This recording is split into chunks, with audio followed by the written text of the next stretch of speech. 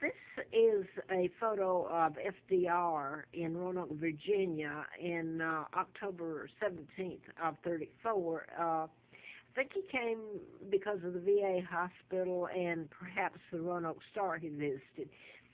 Now then, this is Roosevelt and Elizabeth, the illegal monarch, her mother, Elizabeth, who was referred to as the Queen Mom, which is a lie. This is my Uncle George the Sixth, and this was in 1939 when they were planning my kidnapping.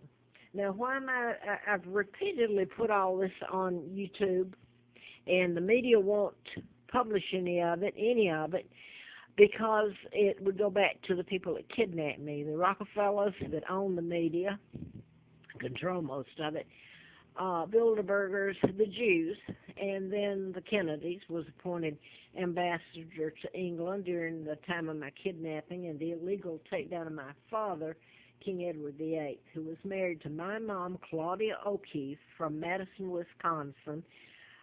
He never married Wallace Simpson, and a double did, an imposter, and they became the Duke and Duchess of Windsor. And I was kidnapped in 39. Joe Kennedy, my own uncle, and the New World Order, Freemasons, Bilderbergers, Jews, etc., helped in my orchestrating my kidnapping.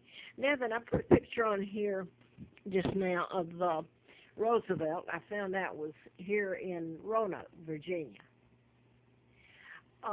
34. Well, you get into connections with wheelchairs here with, I wrote about mind control murders, and I didn't know about my kidnapping at the time in Atlanta, and Larry Flint was shot during that time. I was living at Moonraker Apartments, and he was shot in Lawrenceville, Georgia, which was weird how they brought him in there into court, and it was one of the first, I believe, live where you were able to film inside the courtroom. And then Mr. Flint came out, and they used a magnum on him. Now, I've been told by an NBC correspondent that he couldn't have survived it, that his insides were just laid out on the sidewalk there, and his attorney was killed. I was flown out to Flint's, and he says here that I knew who was responsible for shooting Larry McDonald Murphy. Larry McDonald I'd written about in the book during that time when Flint was shot. So I don't know the truth. When I was out there, I met Mr. Flynn, as far as I know, and I appreciate his help. I don't mean to infer anything bad about him. I never said I liked pornography. I want to make that clear. But I don't like the sorry crooks that represent this country and some of the citizens who have glorified in what's been done to me. Mr. Flint would be a saint. I would consider him a saint to them. And the media that's responsible for lying and deleting and so many murders. Now then, I wanted to get this in real quick because somebody should be concerned. If you're not concerned about me, this is Timothy McVeigh, and he even said he had a chip in him by the U.S. Army. He's dead. He was under mind control, and the Oklahoma City bombing, he's a victim. And excuse me for showing my room here. I'll go ahead and show it so you know what it is. I heard Obama this morning, and he was referring to the shooting.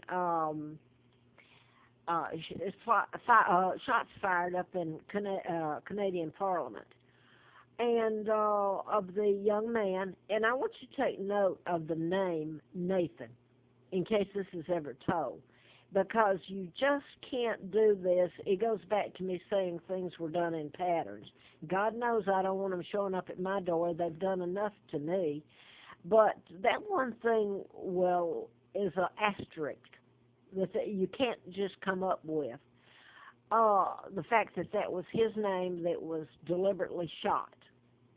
Now then, I want to go back to this morning when Obama was talking about the shooting, and what happened in Parliament. And you notice that the United States always refers to their friends, their good friends, Great Britain, you name it. All the people that they took over, Canada was a part of the British Commonwealth of Nations, just like so many others that belong to the United States now. Once it put its illegal military all over everything British and used us as a launching pad and kidnapped me. And then formed the UN, which is really your New World Order. You're controlled by the Jews. And by the way, I'll go ahead and say it again, the blacks, Martin Luther King partnered with Joe Kennedy, who was part of my kidnapping, or with the Kennedys, back in Roosevelt had appointed him to Great Britain as ambassador to England during my kidnapping. This is what they're doing here, is planning it in 39.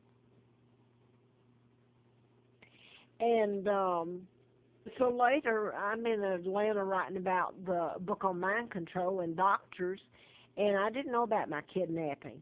But Martin Luther King did, and Andrew Young did, and so did a lot of the blacks that got in on cover-up and allowing me to get filled with antifreeze and should have died, and all that happened to me.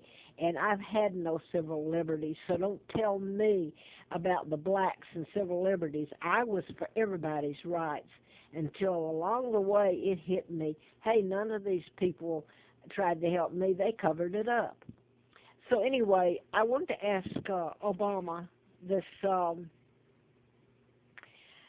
If someone thinks this is rambling, I'm covering a whole lot of time in hell here. So maybe you should walk in my shoes 1 minute and try telling the truth in this country and see what happens to you. And I'm not letting off the hook some of the Windsors that got into my kidnapping and joined forces with the United States and the New World Order. Don't think for 1 minute if justice is ever brought, and I'm thinking that this time only God can, but there you go. I want to get back to Obama. He said this morning he was talking about Canada and close ties to Canada and friends and da-da-da-da.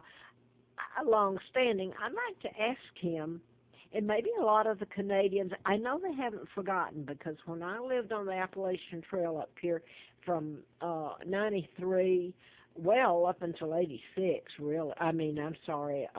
2006. Froze, starved. There were Canadians. There were a lot of people on the trail from Quebec that were French, and reminded me that they were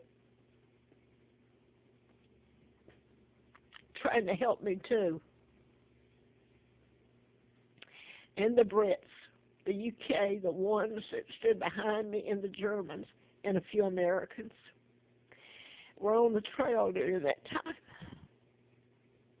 So when, Obama, did Canada become such good friends of yours?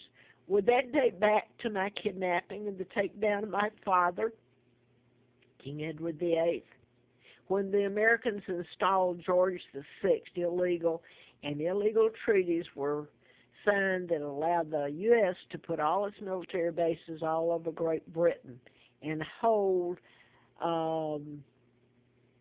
them hostage just like you've held me hostage. So isn't that when you became close allies? And now that I've heard, I'm going to mention her, she's with CNN, and I didn't know till yesterday when they were covering what was going on in Canada. Who do you think instigated all this? And I can go back to the name Nathan. In no way can that one just pop up out of the blue. It's how it was done. And what it does is it causes Canada to have to increase security, and that takes away citizens' rights. Under the guise of security, the New World Order will take it all down, and you belong to them if you don't already. And that's when Canada became so-called friends rather